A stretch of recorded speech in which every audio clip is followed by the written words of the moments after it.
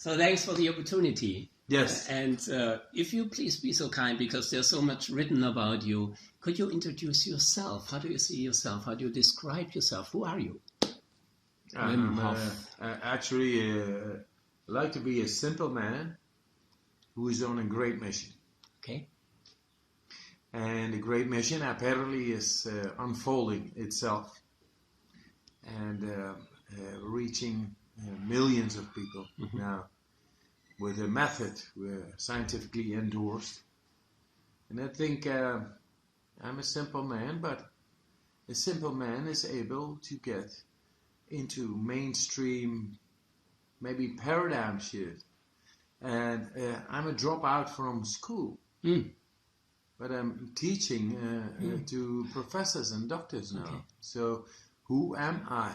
I'm just a human, but a human is very capable to do great things. Now, when you say you have a mission, now many people, I think, ask themselves, how can I find my mission? So how did you know what your mission is? How did you find interesting. It takes belief. It takes self-awareness.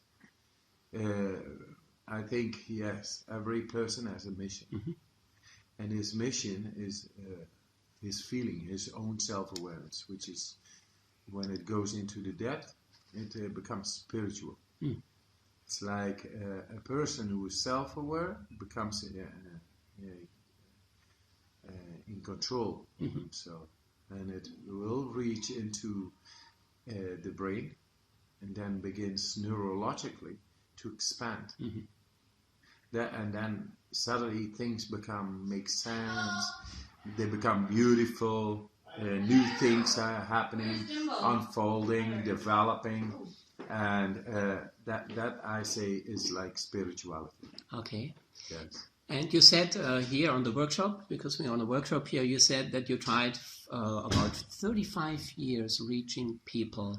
And in one of your books, it's written that at the beginning, as far as I understood it, that not everyone was open to your message. And even some people laughed at you. And so where did you get the strength to follow your path for 35 years? Because to me, it seems now it's easy. Now you're all over the world. Yeah. People listen to you. But I'm interested in maybe lots of people listening to this interview also. What kept you going all the time? Even people maybe laughing at you or questioning you. Yeah, that's true. As big as the world is, and with so many people, so many opinions. And then you have the mainstream. And the mainstream is very strong. How to be different. How to be unique. That's sometimes a very difficult thing to do.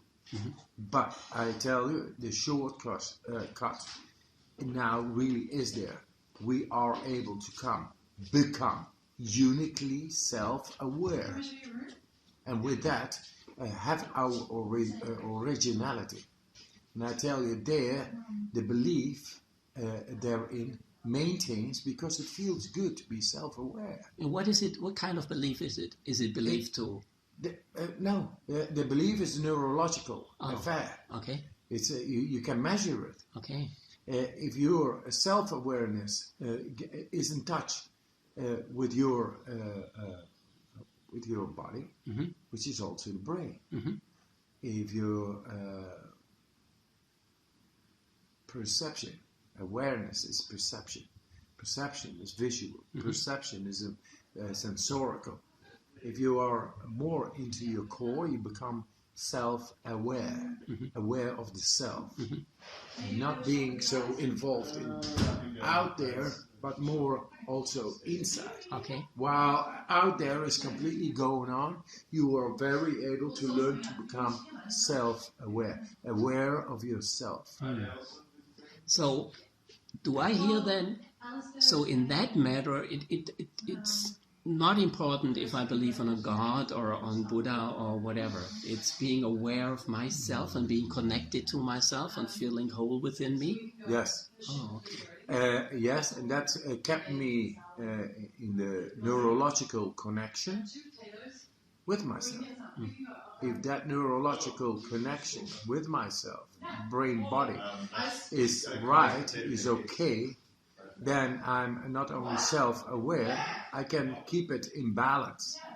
I can make it stronger. And then more and more, I don't need to believe. I just neurologically feel that I'm there. And neurologically means that brain activity, which we call consciousness, perception, is suddenly there. And you are in control of that. You can balance it. You can make it stronger. And it is related to the hormonal system. You can make yourself feel good because your connection is done so well that you can send the neurology like a beam, like a message, like inside your brainstem, inside the brain, and make yourself feel good. We are built to be able to do that. So whatever it took to disconnect us from our abilities, which is self-awareness, we are built to be able to do to develop that. This was my beginning motivation to start up. Why disease in the world or war? I'm against it. It's a sort of instinctive aversion against it, and I wasn't a hippie, but I was a freedom fighter. Yeah, going for freedom, for the ideals. Why not to think in utopia? Why not think in peace? Why not think in health and happiness? Why not? I'm just doing, like that. Instinctive aversion. But the instinctive aversion, it became a search for knowledge. And the search for knowledge became subtle. I began to debate and more and more. And then I began to find real disciplines that could fulfill that subtle knowledge, which was the core. So, but how did you get that? Did you have an inner voice? Did you have, I don't know, getting an insights while meditating? Did someone tell you to do this and this? What do you think, if you look back? How did you find your path to stay on your path by experiencing this? Yeah, the instinctive aversion was apparently quite big within me, revolting, almost revolting, always against. Look. Then, if you are against, you come to a point that you are able to disconnect from the conditioning. And this deconditioning makes you aware of something different than going into the mainstream, like everybody tells. Out of the comfort zone. Yes. Yeah. You go out of there and you begin to develop something in instinct, in intuition, in perception and awareness, different than has been told.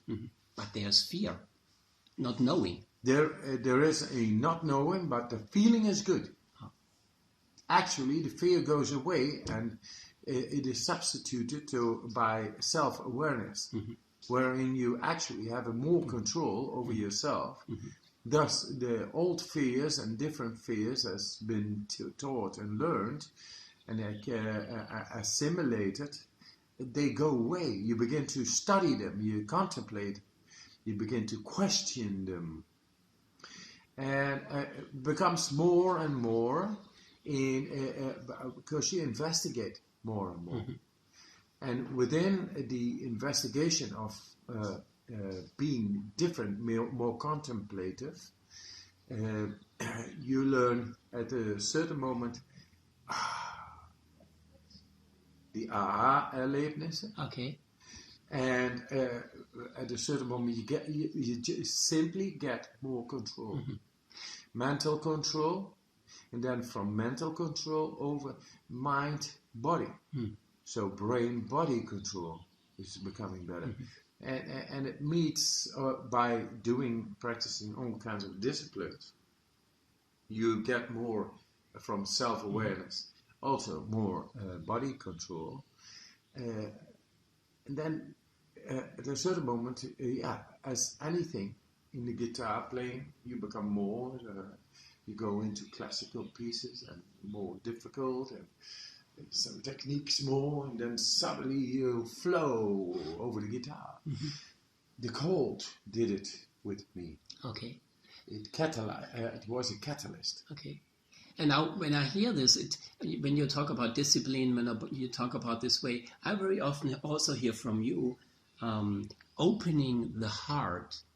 So when did this happen? Because looking at neurological things, looking at how the mind gets rewired or wired in a different thing, yes. When does the heart come in? Because yes. this sounds very technical also. Yes. This and this and this and this and this. But a lot of people say when they're in a flow, they are just open-hearted. They are connected. When did this come in for you? Yes.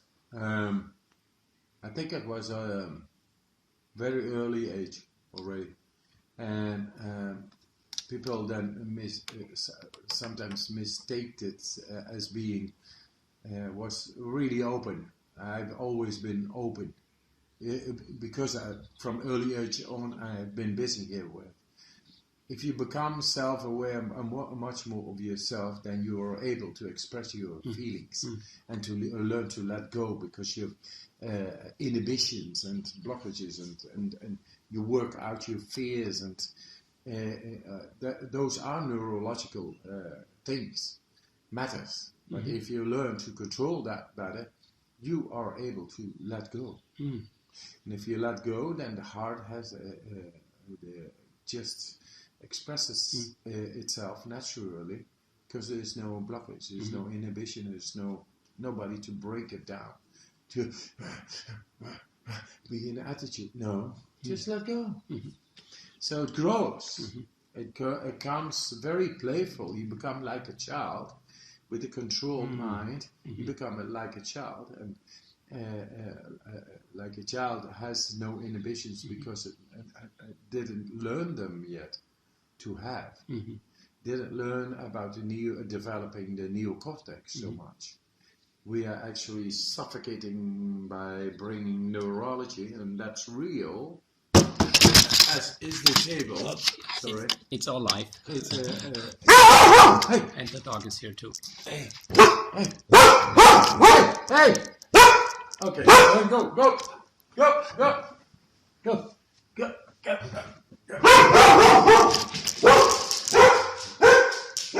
Dirk doesn't really know, but we are going on, eh? Yeah. Oh, yeah. And so make your questions clear, because okay. Yes. So when you talk about the fear and talk about being, in my word, childish, and I experience you like this. You play around. You have ideas. Yeah. Now be open. Yeah. Be open, and also being self-aware. Now, when I compare this with people that I meet in daily business, most people that I am together with, they try to hide their fears. They have a lot of stress, and they try to perform in a way that they think they have to function in a specific way. So what do you think is different when you talk about fear? Because I think you need to have deep trust to deal with your own fears, and then to let them go and grow.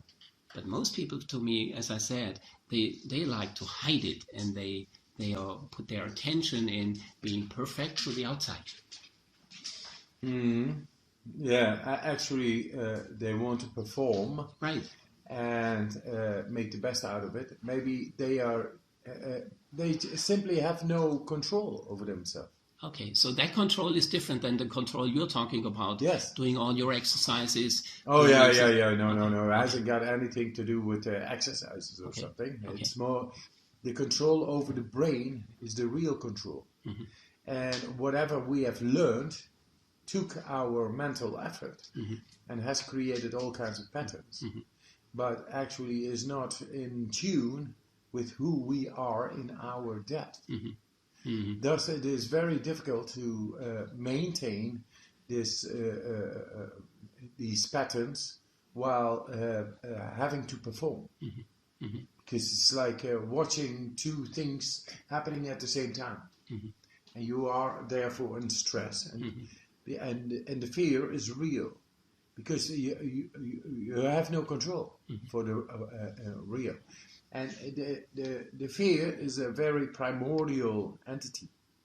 It has it's related much to the brainstem, like Casper was explaining today. Yeah, you still feel like an enormous guy, but if there is a little dog coming in,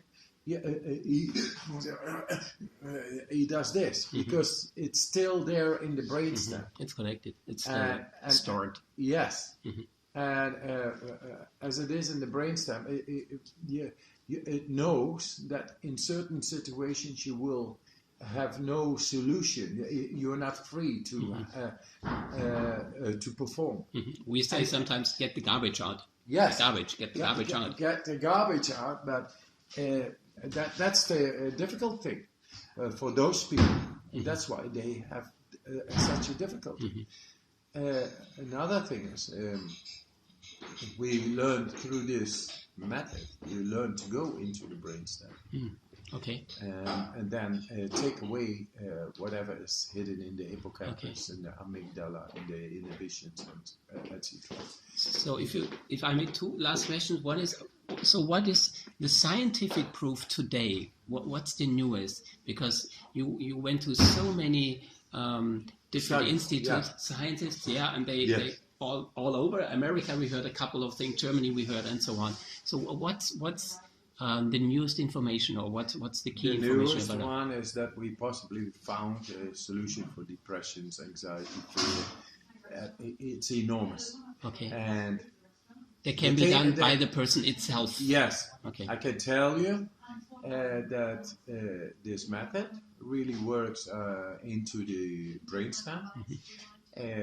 Whatever is the residence of fear and trauma, that we are able to reconnect ourselves with all the brain parts, now consciously.